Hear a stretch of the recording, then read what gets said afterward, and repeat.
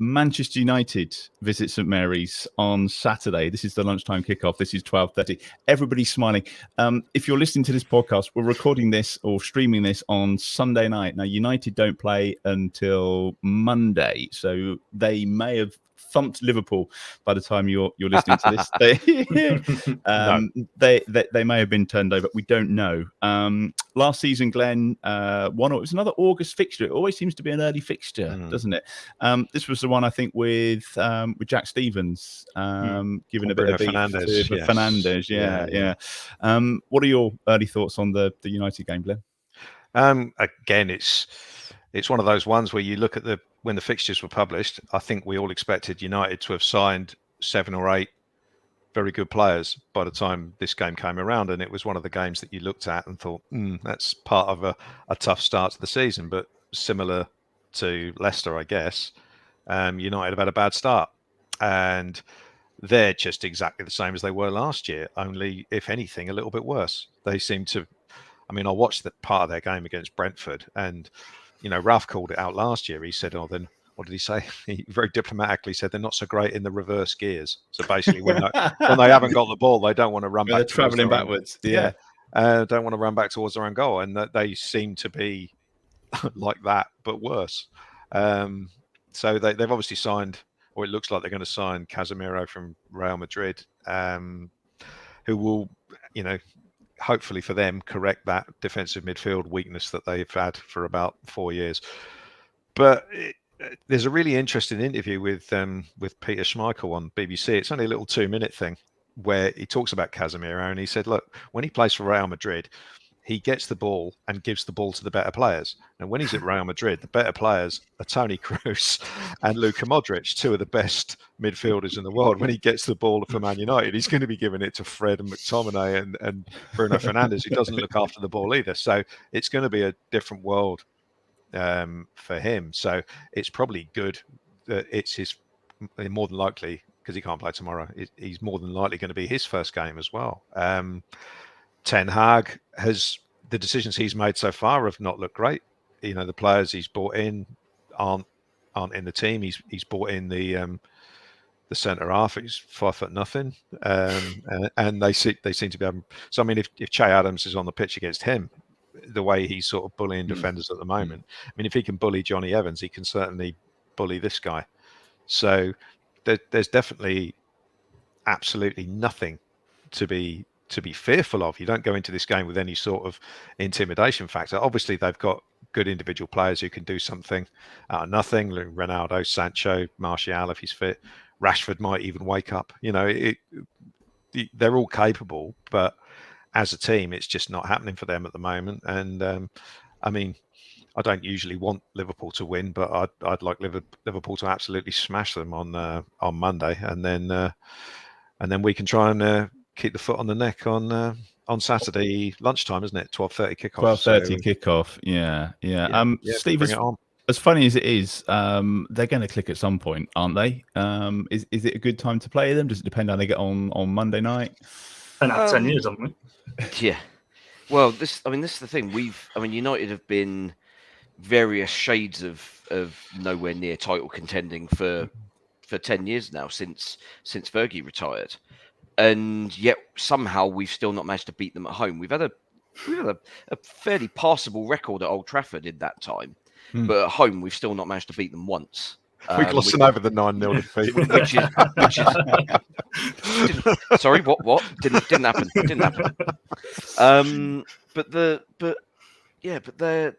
They've been so. It's been so frustrating games against them where there've been a lot of games where we've genuinely comfortably been the better side, but they've pulled something out of the hat and got a result out of the game. And this has surely got to be the best opportunity, even though we're not as good as we've been in previous years. I mean, I'm not sure there's a whole amount of argument against the suggestion that United have never been worse in that period. So yeah, it's got to be seen as a huge opportunity. But it's also one of those situations where I kind of think we can't do what we've done the last 2 games in sort of giving them the initiative to begin with, Yeah. and then expect to be able to wrestle it back later. We don't want to be 2-0 down with 20 minutes to go, No, do we? It's 'Cause that's got to not be. gonna It's got to happen. be the other way around. We've got to start fast. Because as that Brentford game demonstrated, if you run at them, you'll scare the defence to death, and they will not want to know. But if we start sluggish, as we have done, the last 2 games, even though we've got reasonably positive results out of the Leeds game and obviously a positive result yesterday, I don't think we can get away with starting sluggish against United, because all you do then is you either hand the initiative, or you at least give them the opportunity to get a little bit of self-confidence and belief in their game, and then at that point, that's when their individual brilliance comes out. That's a really good point that Steve's made there, Alfie, about the Brentford game and how they went about it and they took the game to them. So from that point of view, is that how you think we get a result out of this? And does it depend then on Tuesday night and who starts and who comes in for that game? Because if we end up going into extra time on Tuesday night, or that's a game that takes it out of the players, there is no extra time Tuesday. Sorry. Oh, is it straight to penalties? Yep. Oh, right. So we've got that. But if if it's a tougher game and it takes it out of the players, does that then impact on Saturday? You need to be at your freshest and at your best. Yeah, but I think Ralph will have that in mind, and as a result, we will see 9 or 10 changes, as Glenn said. But there was 2 good results against United last season. I think it was 2 1-all draws, and there's certainly no fear there. That Jack Stevens, Bruno Fernandes picture, is obviously a good image from last That's season. on Glenn's blog, that one, isn't it? I remember yeah, that from the blog. Brilliant. But you look back last year, and in that picture, that was a player who was playing every game, performing really well. But you sort of fast forward a year, and it seems like you wouldn't want them in the squad. So it's interesting to see how far Bruno Fernandes has fallen off for United. But players like Romeo Lavia and Armella Bella Kotchap, it's Manchester United. They know who Manchester United are. They grew up watching them. They're probably going to want to raise their game. I don't know how much it plays a role, but I'm sure there's subconsciously, you come up against someone like Man United and you want to play well. The cameras are probably on. And right now that, as we've said, they're probably at their worst they've been. So why not go up there? Why not do what Brentford did and see if you can get a couple of goals ahead? Yeah, that's why those players have come to Southampton, because they want to play in these games against Manchester United. Glenn, the good news is that you correctly predicted the score for the Leicester game. You got 2-1. I wasn't going to mention it because I know Alfie was bouncing around like Tigger last week, telling allegedly. Jacob. I thought, I'm just not going to sink to that level. You can't be trusting the Athletic. Let you talking about it, but the good news is that I got the right score. I also predicted it on the Leicester podcast when they stopped talking about 9-0. Oh, that's even better. Even better. Happy days. So you get the 3 points. Jacob also predicted a win. The rest of us were less optimistic, I'm afraid, which means, Glenn, you're now top of the table with 5 points. So the early lead. Let's do some predictions for the Manchester United game. Glenn, I'll give you the opportunity to go first, as you won last time round. Interesting one. I think we'll go for it, and I think we'll swarm all over them. And it'll just be a case of how well they react to it. I think they will be the ones trying to stay in the game. Hopefully. Brentford showed everybody the way to go about playing against this current Manchester United team. Liverpool were going to play exactly the same way as they always do tomorrow, and that will hopefully knock them down a bit more. So I'm optimistically again going for a 2-0 win. Wow, 2-0. Right, okay. Steve, what are you saying?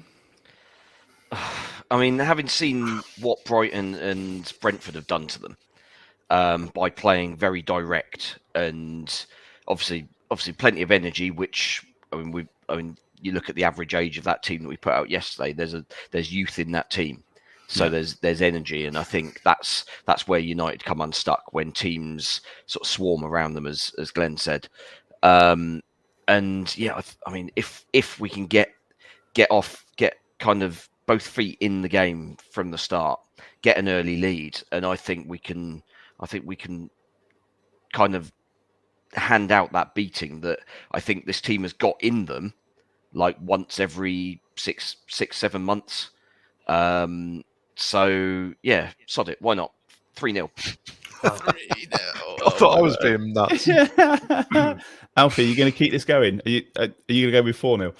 I'm definitely not going with 4-0. I'm going to have to go on. I'm thinking 1-1, by the way. Okay, I'm yeah. just to sort of bring things back down to earth. I can't get away from the fact that we just don't ever get that decent result at home. So I'm going for 1-1.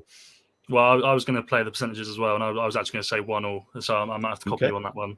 Yeah. Okay. No worries. Right. Got those in. If you're watching live, by the way, get your predictions in the comments section.